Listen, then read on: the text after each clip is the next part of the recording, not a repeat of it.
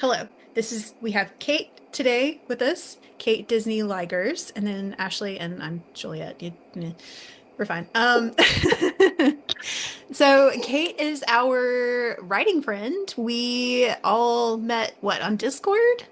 I want to say. Yeah. I think we all met on Discord. We all kind of came from the same fandom, and Kate has a book. Well, when this goes out, your book will already be out when this goes up, Yep. but it's coming out, what, next week, 2 weeks? Soon, The 19th. the So yes, 19th. next Okay, week. that's so exciting because this is going to be your, oh my gosh, It'll be sixth, the fifth, fourth. It's my fifth. It'll be fourth the of yours. fourth in the series and fifth book overall. Awesome. Okay. So exciting. Okay. So tell us about your series first. Yeah. So Magic, Love, and Mischief. There will be four books coming out. It's set around a magical antique shop. So I was very influenced by Howl's Moving Castle and Warehouse 13. And yeah, Okay, they I'm each sorry. have I kind have to pause because Warehouse 13, that makes me so happy. Oh my of love gosh. it so much. It's so Ah, like so few people actually, when I talk to them about it, don't know it. And then like I went to a I'm convention, obviously nerd convention, and people are like, Dane!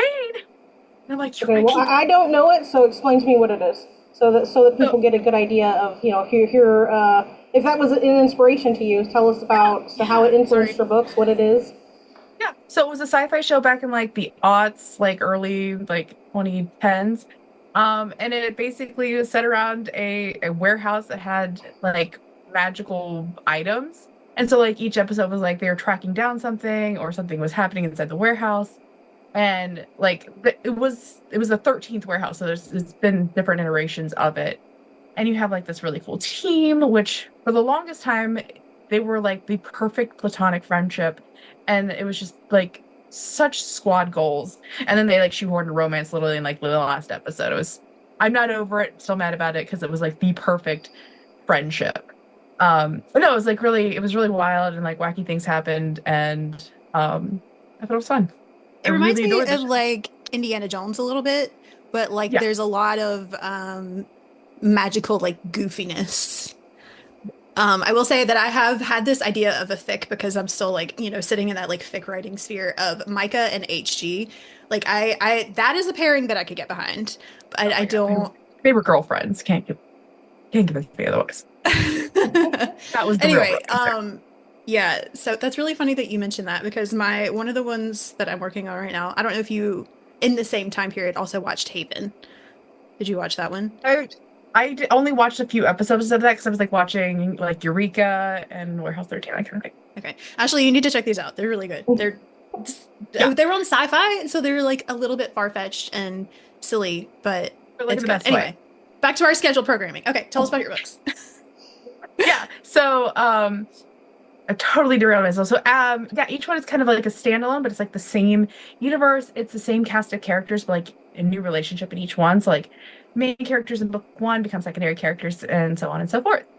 And Antique Magic, which is the first book in the series, was actually a Raylo fan fiction before I wrote it. So because that fandom changed my life, obviously, because I'm here with you. I was about I to say love that we that's all a like time have honored that. tradition in our particular friend group. Right. Everybody Yes. started out with, yeah, my book was it's Raylo fic, or I was writing Raylo fic, and ended up Yeah, working no, with no. somebody that I'm It's friends with as an author. how we roll, right? I know. Then book four, which is coming out, so each kind of have their own themes and tropes, but book four is kind of a departure from that because most of them like focus purely on the romance. But I got in my dumb brain that I was going to write a heist book. So it's a magical heist. Um, and because I don't know if you watched Leverage, I got too many ideas from Leverage, and it also has a polyamorous relationship. So it's, it was fun and Ooh. challenging, and I don't know why I did it, but I did. That I'm very excited for it to come out. I don't have my copy of Antique Magic. I left it on my comes. I usually this is the second time in a row that I didn't come prepared with my book to like hold up, so I'll just stick it in here. But I think did you change covers at some point because what I have does not match the Amazon listing. So that's cool. No, so there was originally a different cover for the first two books, Antique Magic and Blood Magic. And then my publisher was like, "Hey, we've been doing market research and we found like if we change it this way, it'll probably perform better." So those two got new covers that then match the third book cover, and I adore them. They're gorgeous. They're so pretty, and honestly, they practically sell themselves because people just pick them up because they're like, "This is pretty," and I'm like, "Wait till you read what's inside." It's so awesome. And then so your Love Across the Tabletop came out and on election No, day, actually, on right? election That day, was a yeah, day. that was a day, and it did not help. That was also my second day at a new job, so I got to the end of the week, I'm like, "Oh shoot, I forgot to like market anything." It's Yeah, fine. so that's my standalone. It's a love letter to Dungeons and Dragons. So they, my main characters start playing D like a D&D type game, but it's not called D&D because I don't want wizards coming for me. Um, and so they start, it's kind of a slow burn, friends to lovers. They fall in love playing this game, and there's a lot of, like fun tropes in there. I pulled a lot from my own D&D experience because I was with the same group for many years, and now I'm like a forever DM. So I'm running. I don't get to be a player anymore, but so this is my way of like vicariously playing. Yeah, I've heard that. I don't know how to DM yet. It's one of those things that I like want to learn, but I'm also like a little bit afraid. Um, I don't The want to get minute you stuck. DM, you're there forever. Like there's no escaping. I feel like the only way that I can get my closest friends who haven't played before to play is for me to be DM, so they'll be like comfortable with it. So Yep. I'm just yeah. Yeah, I Um, run inclusive D&D games out of my local bookstore. So I sometimes do it at the brewery, but I sometimes do it at the bookstore, and it's for like new players and people who don't necessarily feel comfortable in like game stores because they're not always welcoming to women or like the LGBTQ plus community. So I want to create a safe space and teach people how to play D&D. okay, so what has your like publishing journey been like? Because you said you started with fic like we did. So like how did you kind of get into the book sphere? Um, so yeah, obviously fic was my gateway. And then I started seeing like everybody else kind of talking about like, oh, okay, I rewrote this. I'm trying it. I'm like, you know what? I could do that. Maybe. I sound more confident now than I did then because back then I'm like, I'm a fraud.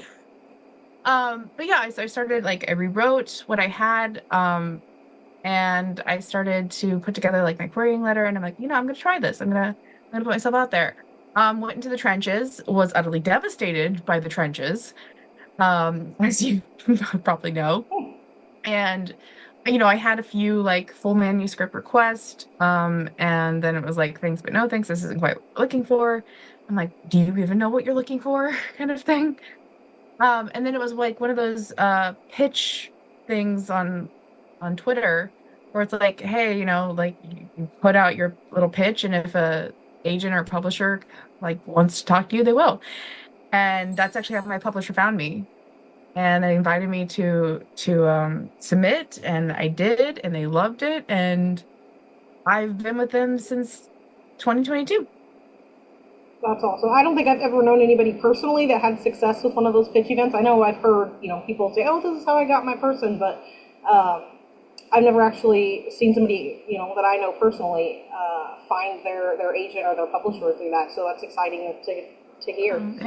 It was great, and I mean, they're an indie publisher, woman owned, and also like the CEO herself is an author, so she's very like you know, author positive, wants to make sure everybody's taken care of. And I got in right before they kind of started getting a lot more authors. So it was a I was there for a big transitionary period, but where it's been getting really great for everybody. That's actually really similar to my thing. I was like, oh hey, other people are doing this. Can I do this? And so I tried it. And I I don't know that if I don't think they were aware of the fact that they liked my tweet, but I actually got a like from my indie publisher as well. And so then I queried them. I don't know that because I asked about it later and they were like, "What?" So I think they forgot that they liked my tweet. So I don't really claim that.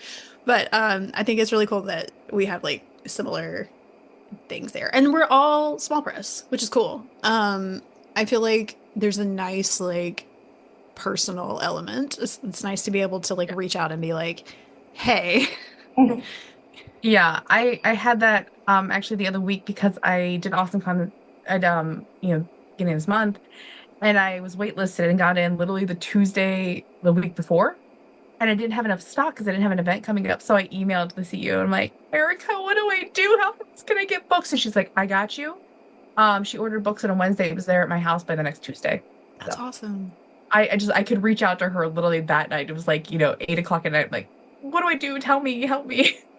She's there. She's like, I got you, boo. I love that. Yeah, I'm Yeah, always in crisis too. Go ahead, Ashley. Sorry. no, I was going to say, I know small press kind of gets a bad rap because, there's just so many things that can go wrong. But I've not had personally any issues with mine. I've had a good experience. I've loved being able to have a little bit more input on things like the cover and stuff that I think I would get if I was with a bigger publisher. So I think really it just comes down to kind of doing your due diligence, making sure that you're talking to other authors that are with that press to see what their experiences were like and stuff. But I would hate to see people write off small presses as just all being bad or problematic, because I do think you can have really good experiences with them, and I think that the three of us are great proof of that, because we are all small press, but we are all different small press, which I think is important to know. Like, the three of us do not share a publisher. Yeah, I agree. Like, I think a lot of small presses get a bad rap because I think people immediately think of like vanity presses where you're like paying into it. And that's not the case. And I feel like these small presses, you have a lot more input. Your voice is being heard more than like at a bigger publisher. Like, yeah, you might not get the biggest as big as exposure, but you're still retaining a lot more rights over your work than like say one of the bigger ones. Not to mention royalties are so much better. Like royalties at my publisher are fantastic. Yeah. Did It you just consider at all doing like self-publishing? Why did you decide to do like a small press instead of that? Because I know for me, I don't have the capacity. I don't Yeah. think, at least, especially back then when I was also like completely new to marketing and stuff, right? So it's Mhm. like I already have to learn social media and marketing. I don't know that I can learn that and formatting and stuff on top of it. I think like in the future maybe I might be able to, but certainly not back then. For sure. I think for me, like one, I have a background in marketing. I've been doing digital marketing for over a decade now, professionally. That's like my actual job. And at the time when I was writing this and when I was public like querying, I was a new mom. I just did not have the bandwidth to do anything else. Now I do self-publish. I have a pen name. I write monster smut under this pen name, and I self-publish that because I have a lot more bandwidth now because my kids are, um, like almost 5 and 6, so there's more time. But like when I was doing that, was a new mom, and then I was pregnant again, so it's just like I don't have the bandwidth to do this. I need somebody else to take the reins for me, and I don't care how long it takes. Then that is interesting. I was going to ask you if you wanted to talk about the self-pub, but you brought it. You talked about it, so we're okay to talk about it. I I opened didn't that door. know. Yeah, I didn't know if you. Well, we all do No, open door. Ha. it's like an open secret that I do. Is I don't hide the fact of this. I just like want to keep them separate. Okay, cool. I didn't know if it like I know some people are like, ooh, multiple names. We cannot don't let the streams cross. But okay. So that is interesting though. Like how has that been? I know you had your novella what, February? It was pretty recently. January, yeah. It was January. Okay. So Have you I you haven't started done more doing than novellas. since then?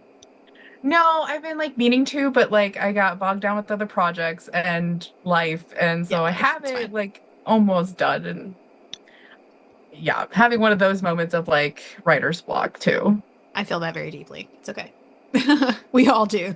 But Yeah. that's cool though. So talk about like do you want to talk about like what that was like, especially like the differences? I mean, do you have any kind of input now that you were self-up? Yeah, totally. So I was a little scared of the process because, when you self-publish, you're fronting all the money first. Like it's all on you.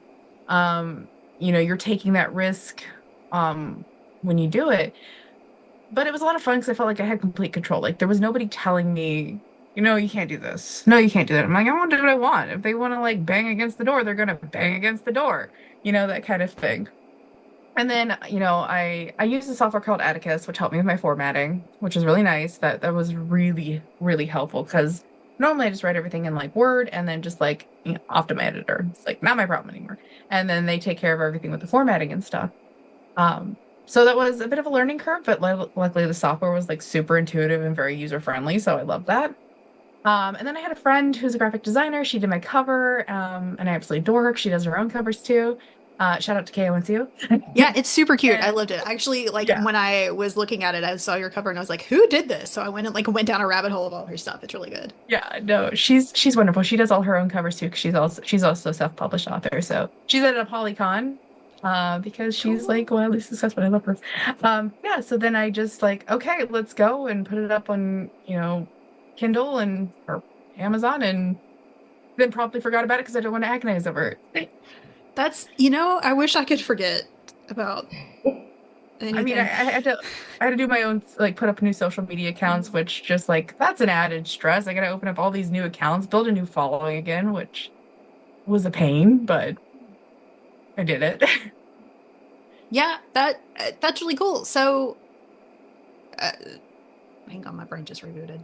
Like, you'll continue to do both, right? Like, because you have Yeah. your next book coming out, and then like you're comfortable enough doing both, I guess is more what I was trying to say. Yeah. It's nice because like, with my publisher, I do have the contract, I do have to produce, but it's like, it's really open-ended. And if I say I need extensions, they're like, take the time you need. We're not gonna like you set your own pace kind of thing, within reason. Yeah, But with self-publishing, I can just do whenever I feel like it. okay, So cool. I decide when things come out. Nobody else does. So if I take 6 months to produce something, I'm going to take 6 months. And if I take 2 months, then I'm going to take 2 months. So flexibility is nice, but I also like having myself a little bit on that time schedule as well for my publisher. Because otherwise I'll be like, nah, I'll do it eventually. Yeah, I feel like it's the best of both worlds that way. You get a little Yeah. bit both Yeah, and that's both super ends. interesting to me that you're under contract for that because I don't know how does your publisher do that, Juliet, where you have like you're under contract for a certain amount of time? Because I go by mine does by book, right? So I get priority, I guess, for available publishing slots because I'm an existing author. But anytime I have a new project, I have to write the book and submit it to them, um, to see if they want it, I guess. So that works very differently from how it works at my publisher. So I think that's really interesting. Yeah, that's not what we have.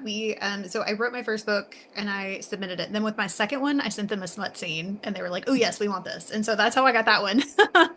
Um, but it was so the book had to come into existence after that. But no, we were contracted per book. So I think that's really interesting that you have like a time period. Have you had a hard time like writing within your time period? Are you a fast drafter or I don't draft. I mean I don't like outline, I just like go. So I mean there are times it takes me a lot longer. Like my last this last book took me a little bit longer. I had to ask for two extensions. So it wasn't too bad though. And last year I put out two books. Um, so I mean, it's fine. And I kind of like that because I know I don't have to like pitch it every time. Like they'll go with what I want if that, and like, let me have that kind of creative control. So long as I'm holding up my end, I know that I will have a book out there and they'll market it and they'll take care of me and it'll be good. that's really awesome. It's definitely different. I don't think I've ever heard anything like that, but that's really cool. Yeah, no, everyone else I heard of like it's by book and it's I like this model because I feel like it takes a little bit of that stress off. Like I don't have to, you know, make everything perfect. I don't have to pitch it. I don't have to like come up with everything right away. I can just go with my own flow so it's not like putting extra stress on me. And then they'll pass it to like the editor who would most like vibe with it. I don't know, like most people are really into romance anyway, so uh works out. Yeah, I think that's interesting. I like that kind of as an idea.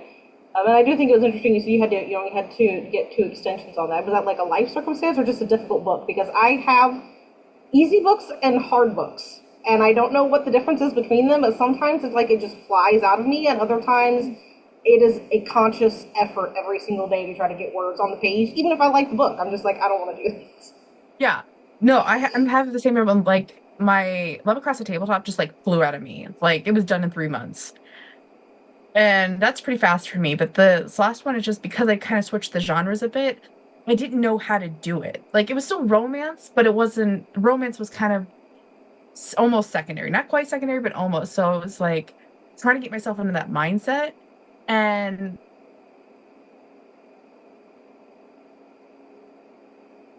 Uh-oh. Oh no. Is it me? No. No. Okay. I'm here. Kate. come back. Kate. That was really interesting. I really need to know what she was talking about. Ah, yay. I think that's interesting though. Like with her publisher, I think that's really cool because like it sounds like a job as versus like how I feel like a contractor. There you are. It just like froze on me and booted me out. Rude. Whatever you were saying was too important and it couldn't be shared. Like, not today. Forbidden knowledge. Okay. I have no idea what I was talking about anyway. It's fine. I have definitely forgotten. It's fine. Easy drafting and like books that are easy. Yeah, ones that come it was whether some books are hard and some books are easy. Yeah, so yeah, some books, like Love Across the Tabletop was really easy to write. It took me like 3 months, beginning to end, and that was just pouring out of me. But like with my newest book coming out, Wandering Magic, because it was like shifting that genre a bit within the genre, it was really hard because I didn't know what I was doing. I had the ideas in my head, but like translating them down just wasn't working out so well. And I get writer's block really bad. And so trying to push through that, and there are days where I just want to write. I know I should, but I don't want to, kind of thing. So that took me a lot longer. So really I think it just depends on where my head is. Because like I'm working on a book right now, and for once in my life, I have plotted this out. I have an actual like outline. It's like completely detailed, which is I'm a pantser usually, and I just can't translate it onto the page, and I'm struggling. I'm like a third of the way through it, and I'm struggling. Yeah, when I'm like a planter. I know like the beginning, the middle, and the end, and then we fill in the bits and pieces along the way. When I strictly outline, I can't write. Like, I don't know if it's because I like give myself rules and then I'm like, oh no, I'm not gonna follow rules. I'm like, I'm telling myself what to do. It always backfires. Like I need the structure and the whatever, but then I'm like, oh no, I also have problems with authority. So even if it's me. And Ashley, though, you're very much a planner. You outline way better than I ever could even imagine. I'm a strict outliner, but I'm just sitting there thinking like the same way. If I have like I struggle to write under deadlines, so like I think that Kate's publisher is doing a really awesome thing and it seems to work for her. But I would immediately just fall to the floor and die if somebody told me like you have to have a book done by this year. I'd be like, well, I will never write another word again because now I have a deadline, even though it's so far away. So it's like, but do I though? Can I? I don't want to. And I think that's why I'm struggling. Like the book I'm writing now, I'm struggling with so hard. Like one, it's a sequel, which I've never done before, and probably will not do again because even though I thought it was a really great book idea, like I think by the time I finished the first book, I was just super done with like that world, and it's really hard for me to kind of like go back and continue because I'm like, okay, I'm bored with this particular location or these particular people, even though I love them. But also because then I had like a deadline. It's like, okay, well, it's a sequel, so you're gonna write this one, and then next year we're gonna about the next one, so it has to be ready. And I'm just like, I don't want to. It's funny, talking about your books because I have these right here, like literally in my desk. Like I recognize that character art. I think I have the little purple flower sticker in my Kindle case, and so it's like always in there. That's so fun. I love that. That's always my favorite thing is like the stickers and stuff that you can get. And I'm like, I love this book. I want to have this silly little thing. See, and I haven't even done character art and stickers for my next book that comes out because like I put all this money into it, and then like I didn't know that it really like helped with sales or anything. It's like, do I really need this? And now y'all are like, I've got stickers. I'm like, maybe I need to do that. Yeah, it's so nice. It's one of those things I feel like you're not going to hear about it, but it's like it's just a nice like touch, I guess. And then it's nice to have when you go like cons and stuff. Oh. Yeah, I took mine to cons of my latest character, or my first character, really, and it was nice just to see that. And I stuck your character art and stickers in your books at the bookstore, Ashley. So people gotta have that. I don't even think we have any copies left of either of your books because I pushed them hard to stick them like in prominent places. So I made sure they sold. I love that you work at a bookstore and you can be like, my friend wrote this book. You should read it. Like I would do that. I do that all the time. I'm like, this is my friend's book. Or I'll just like push it. I'll put it up on the social media because that's what I do there. And then I kind of like tell everybody about it. Like, yeah, no, no, my friend wrote this. And I keep telling my boss, I'm like, I want to get as many like of my friends' books in here. I want to get as many local authors as possible in, as many indie authors as possible. And she's like, yeah, do it. Like, we'll order the books. Just tell me what they are. So, See, and I love that and I would struggle with that because I think every person that I've ever interacted with on the internet that wrote a book is my friend. Every time I go to Barnes, I'm like, oh look, my friend wrote that book, and it's just like some person that I follow. And it's like on Allie social media Hazelwood, that you does, like yeah, liked like an does not Instagram know that post. I We're exist best at all. friends.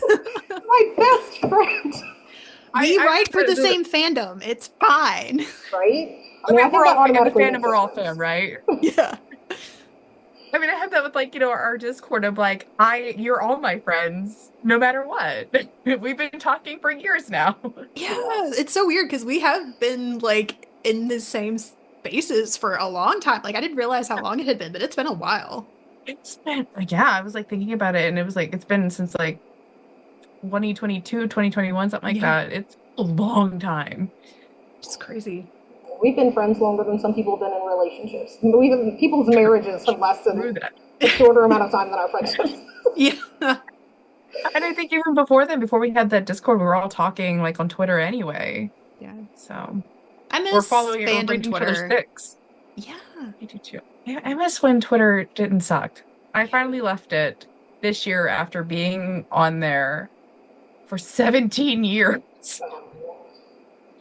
I'm like, no, this is a trash fire, and I'm finally jumping ship. I moved Uh, to Threads. I Threads think. gives me anxiety. Like I like the idea of Threads, but I feel like it is like picking up a little bit of the Twitterness. And I feel like everybody just like immediately, it's so negative. I feel like Blue Sky was okay, but then it also is like, I don't always want to see like negative stuff. I just want to see pretty pictures or like ficlets or like You dumb shit. Yeah. you really I have to put effort into curating your feed on yeah. Threads and be like, I don't want to see this, go away, and definitely interacting with the stuff you do want to see. And after a while, it does get better and starts to It feel does. more comfortable. I cannot do Blue Sky to save my life because it's so compartmentalized, and it just, I don't Yeah. know, I like my stuff to be a mixed bag because I don't know what I want to see until I see it. So having to go through and pick different feeds to be like, well, how do I know what I want? You have to show me what I want. Right. That's how social I don't media know is what I supposed to want. work. I'm supposed to go I on here. You're supposed to show me a thing that you knew I wanted to see that I would never have thought of. I love Threads. I use it almost as much as like Instagram, and I have built that whole page brick by brick to make sure that it is like just book. It's like book threads, D&D, and Sleep Token, and that's all there is to it. Nice. Yeah, I need the TikTok algorithm to translate to every other media that I consume because my TikTok is like baby farm animals. Now a lot of Critical Role has started coming in, which is cool because it wasn't there before, and I have like book stuff and like things I actually enjoy, but I don't know how to do it on anything else, which is sad, but it's okay. I do enjoy TikTok too though. As long as we still have it. I know they did another like 75-day extension, so now I feel like they're just Like that, teasing yeah. us about whether or not we're going to get to keep it, which is frustrating for me trying to do social media. It's like, do I invest all this time into TikTok only to have it disappear? Yeah. Okay, we have like 5 minutes left before Zoom cuts us off, but I do have one more question. How did you get into writing? So was Raylo your first? I know you started with fic, but like, was it your first fandom, or did you write some like sneaky Harry Potter or Lord of the Rings fiction when you were like 13, or I actually wrote when I was 11, I was writing Gundam Wing fan fiction. 11? Wow, that's 11, like impressive. like we at the time we lived with my grandma's. I'm like in my grandma's garage writing a Gundam Wing fan fiction over there, like after school, and then I didn't write anything for like the longest time, and then got back into like doing fan fiction after seeing the sequel Star Wars, and I'm like, yes, Rhino carry. Oh, so you're an OG Raylo. Okay, OG, interesting. and then Last Jedi just solidified that for Ooh. me. And that's I started writing after like The Last Jedi because I'm like I like was hovering around AO3 and reading everybody else's, and I'm like, nah, inspiration. I love that. I love that because like oh, so the Force Awakens came out like right after or right around the time that I had my kid, and so I didn't really register a whole lot. I watched it, but I don't remember like a whole lot about it other than like this dude in the helmet really likes this girl. I remember like Oh, really picking up on Yeah. that. And then The Last Jedi, I don't remember. Like she was so little, and so I don't remember a whole lot about it. But Yeah. then the one that we don't speak of, when I saw it, I came out of the theater and I was like, what just happened? And I like Googled Rey and Kylo kiss, and that was just like all downhill from there. And that took me to AO3 and like Thea, one of Thea's fics, and it just I feel like everything. Theo was a gateway for a lot of people. I think she really was. I I so I was pregnant when that came out, and I was like, I had tissues in my pocket because I'm like, I'm gonna be a hot mess. This is the ending of like this is the end of my childhood. I have never come out of a movie theater so pissed off before as I did after that movie. that But movie ruined my Christmas, and I'm not even. It's not even an I exaggeration. I was like, this ruined my whole holiday. I was pissed off for weeks. I still haven't been able to really get back into a lot of Star Wars things because of that. But I still love my boy Kylo. I got him right here. He's always I with kept me. seeing the top of his helmet and I was like, can we see? So I I love just kind of that. like, yeah, everybody wrote, their own canon ending instead after that. And I just like devoured those. I'm like, yes, in my head, this is what happens. I love that. Yeah. I was like deeply, like actually like literally depressed as if I had lost a family member for Yeah, months. right. Yeah. Um, and then like all of the stuff with Carrie Fisher scenes, and it was just like physical pain. That hurt me so deep. Like when The Last Jedi came out in that very end, it's like to our princess. I sobbed. I literally sobbed because Carrie Fisher has been like one of my heroes for as long as I can remember. Especially because was such a big advocate for like bipolar and being somebody with bipolar as well. It was like, yes, this is somebody I want to emulate. This is somebody who I want, in the good ways, not in her obviously Yeah, like yeah, no, for sure. personal, but like being unapologetically bipolar, talking about it and talking about like, yes, there are things that can help, and there's nothing wrong with that. So Yeah, she's been like my hero since I started watching Star Wars when I was like 7 years old. And it's like, oh, it's just kind of want to be here. And then it was so cool though to see her like go from the princess being saved to the general. It was just such a good, as much as I hate on J.J. Abrams, like that was a good move on his part. yeah, So that was a fantastic movie. And Leia is obviously big one of my favorite Star Wars characters, and it's also my daughter's now. She has like her little Leia doll, and she's like, you ask her, I'm like, who's your favorite character? She's like, Princess Leia. so cute. Yeah, my daughter's really her favorite is Padme, which is so funny because we've only seen or she's only seen Padme in like the Clone Wars. So she doesn't have the Okay, attention span for a movie right now, but it's fine. We'll no. get there. If you ask my son though, his favorite character is Chopper. So Okay. yeah, That's that's funny. his favorite. Like, That's of course slightly it is. terrifying. Little murder droid. Of course it is. Oh, that's great. I love that. Okay, it's gonna kick us out here in a second. I might actually send you a couple questions and like stick up answers in a card at the end. That's cool. This is really fun. I like this. We Yeah, should hang out again. percent. We should get everybody together and just like hang out. Yeah. Sometime like in Discord. That'd be really fun. Yeah. Um, Yeah, because but I mean, thank I've only got to like I've talked to Tristan because we live oh, like 30 minutes from each other, so we've hung out. But Oh, that's yeah. Oh, awesome. you guys have hung out in real life. What's that yeah, in like? real life. She came to my book launch party for my first book, actually. That's so Oh, cool. that's I love Her awesome. Tristan. and her husband, who was like in a cast at the time. So